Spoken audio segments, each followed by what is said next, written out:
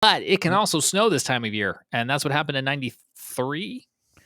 That's right, 1993. We're coming up on, well, I guess today and tomorrow actually are the anniversaries of the Superstorm of 1993, which caused a lot of snow in the Western Carolinas, and we're talking about feet of snow. I think Asheville had 24 inches, if I remember correctly, and I believe the peak from the storm in the Carolinas was at Newfound Gap, which was 60 inches. So 5 feet of snow up there, and that's a lot of snow for this part of the country, even in the mountains. So Um, that's pretty wild. Yes, certainly. We have some visuals here that I think I've just resurrected. There's some of those snowfall totals you were talking about. The mountains really taking the brunt of this more than usual for the mountains, Right, like an exceptional amount. right. Here's a very blurry what I think is Weather Channel, Oh, that's the old school weather map from the Weather Channel.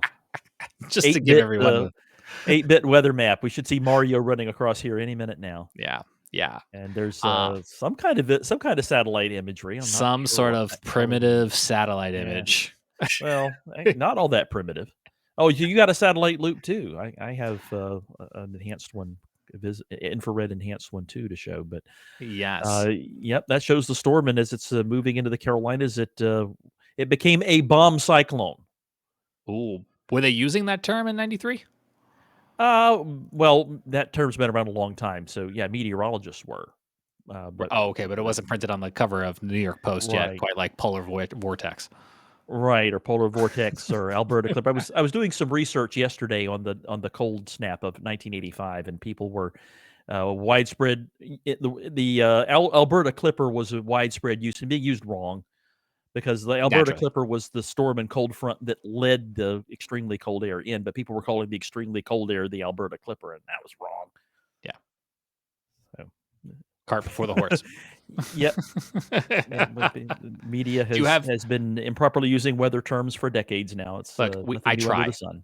I try as hard as I can. Yeah, I you can't actually get control it all of right it. most of the time because Well, thank you, you have a because I have you guys meteorologist to lean on. that will ridicule Yeah. you if you get it wrong, right? Yeah, you'll be calling or texting me going, "What did you do?" Oh my god, I don't know. Eh, yeah. Did you have something on your screen share you wanted to show, or did my Yeah, it's satellite just a suffice? wide angle view of that storm from 1993. Yeah, let's see if we can find your where we took There it the screen is. share. There it is. Okay, That is a so nice yeah, that is a image. nice wide angle view. That's from the University of Wisconsin. The satellite that this comes from is actually not one of ours. Our GOES satellite had conked out somehow. I don't remember what the actual issue was, but they moved one of the European Space Agency satellites Really? over to cover for it until we could get another one in orbit. So this is Meteosat 3 imagery that we're looking at here of the 1993 superstorm. And the interesting things, aside from the storm, is that look, you get to see all the way up to the North Pole here, and notice how it's all Yeah. green up there because this is infrared satellite, so it's sensing temperatures rather than the actual clouds. But you can infer where the clouds are because that's where the colder stuff is. But notice up north in Canada, it's all green because it's like 20 below up there. And you're looking, but some of that's clouds. The stuff that's moving is clouds, but the stuff that isn't moving is just cold ground.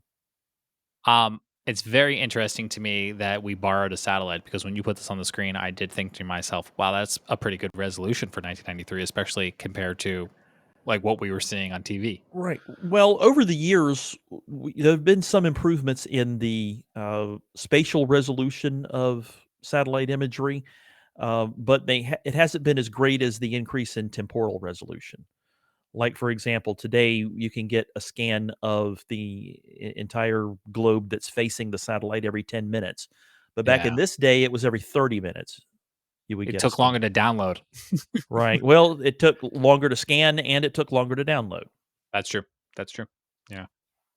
All right. Well, A there you lot have it. longer That's to the download. 1993 Superstorm. Yeah, right. You thought your internet at home was, well, no one had internet at home in '93, but you thought dial up was slow. I'm sure this was really painstakingly slow. Yeah, I think it was. I think it was even slower than dial-up speeds downloading it from the Yeah. satellite, and of Yeah. course each one of these frames would be like a megabyte or so resolution. So it would take a long time to download this stuff.